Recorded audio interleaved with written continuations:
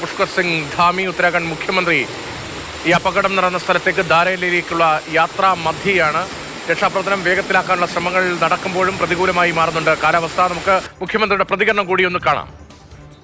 अभी जो हमारा कल धराली की आपदा आई है, उस आपदा में सभी एजेंसियां हमारी वहां पर काम कर रही है. सेना के लोग भी काम कर रहे हैं. बचाव और राहत के काम में आईटीबीपी भी लगी है, एनडीआरएफ, एसडीआरएफ और स्थानीय लोग, सभी लोग आगे आकर हमारे जनप्रतिनिधि भी सभी लोग बचाव के काम में लगे हैं. कल लगभग 130 के लगभग लोगों को रात को रेस्क्यू किया गया है और अभी लगातार खोजबीन जारी है.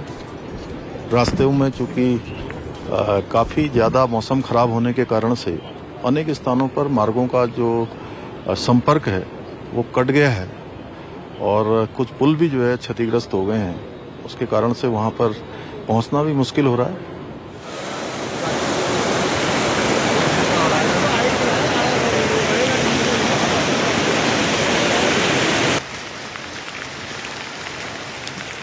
ഉത്തരാഖണ്ഡ് മുഖ്യമന്ത്രി പുഷ്കർ സിംഗ് ധാമി ഹെലികോപ്റ്ററിൽ ഇരുന്ന് സ്ഥിതിഗതികൾ വിലയിരുത്തുകയാണ്. ദുരന്ത ബാധിത മേഖല അദ്ദേഹം സന്ദർശിക്കുന്നതിന്റെ ദൃശ്യങ്ങളാണ് ഇപ്പോൾ കാണുന്നത്. പുഷ്കർ സിംഗ് ധാമി സാധ്യമായ തരത്തിലുള്ള രക്ഷാപ്രവർത്തനവും പുനരധിവാസവും വേഗത്തിലുണ്ടാകുമെന്ന ഉറപ്പ് ഇന്നലെ തന്നെ നിൽക്കുന്നുണ്ടായിരുന്നു. അതേസമയം അന്തരീക്ഷം വളരെ മോശമാണ്. ആ ഭൂഭാഗത്തിന്റെ പ്രത്യേകത അനുസരിച്ച് രക്ഷാപ്രവർത്തനത്തിനും വലിയ തടസ്സങ്ങളുണ്ട്. റോഡുകളും പാലങ്ങളും തകർന്നിട്ടുണ്ട്. കൂടുതൽ സൈനികരെ ഉൾപ്പെടെ എത്തിക്കാനുള്ള ശ്രമം നടക്കുകയാണ്. എത്ര പേർ ദുരന്തത്തിന് ഇരയായി എന്ന കാര്യത്തിൽ ഇപ്പോഴും ഒരു വ്യക്തത സർക്കാരിന് പോലും ഇല്ല.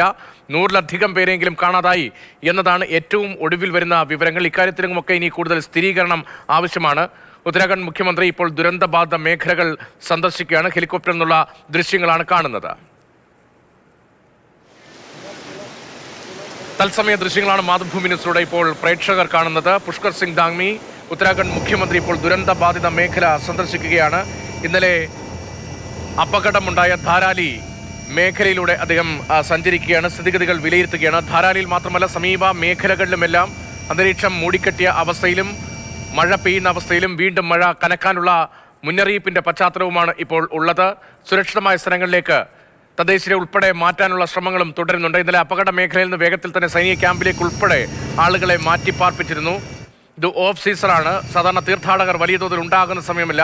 അപകടകരമായ മഴക്കാലത്ത് സാധാരണ യാത്രക്കാർ അധികം ഉത്തരാഖണ്ഡിലേക്ക് എത്താറുമില്ല. എങ്കിലും ധാരാലിയിലെ അപകടമുണ്ടായ മേഖല അത് വീടുകളും ഹോം സ്റ്റേകളും വലിയ കെട്ടിടങ്ങളും ഉള്ള സ്ഥലങ്ങളാണ്. ഹോം സ്റ്റേകളിൽ എത്ര പേർ ഉണ്ടായിരുന്നു എന്ന കാര്യത്തിലൊക്കെ ഇനിയും വ്യക്തത ഉണ്ടാകേണ്ടതുണ്ട്. എത്ര പേർ അപകടത്തിൽ കാണാതായി എന്ന കാര്യത്തിലും ഇതുവരെയും വ്യക്തത ഉണ്ടായിട്ടില്ല.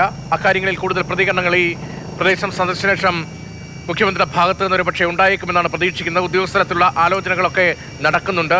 രക്ഷാപ്രവർത്തനം കൂടുതൽ ഏകോപിപ്പിക്കപ്പെടുകയാണ്. സംസ്ഥാന സർക്കാരിന്റെ നേതൃത്വത്തിൽ തന്നെയാണ് രക്ഷാപ്രവർത്തനം നടക്കുന്നത്. അതേസമയം കേന്ദ്ര ആഭ്യന്തര മന്ത്രാലയം ഉൾപ്പെടെ സ്ഥിതിഗതികൾ നിരീക്ഷിക്കുന്നുണ്ട് എന്ന് ഇന്നലെ കേന്ദ്ര ആഭ്യന്തരമന്ത്രി വ്യക്തമാക്കുകയും ചെയ്താണ്. ഇപ്പോൾ തത്സമയ ദൃശ്യങ്ങളാണ് നമ്മൾ കണ്ടത്. ഉത്തരാഖണ്ഡ് മുഖ്യമന്ത്രി ദുരന്തബാധിത മേഖല സന്ദർശിക്കുകയാണ്.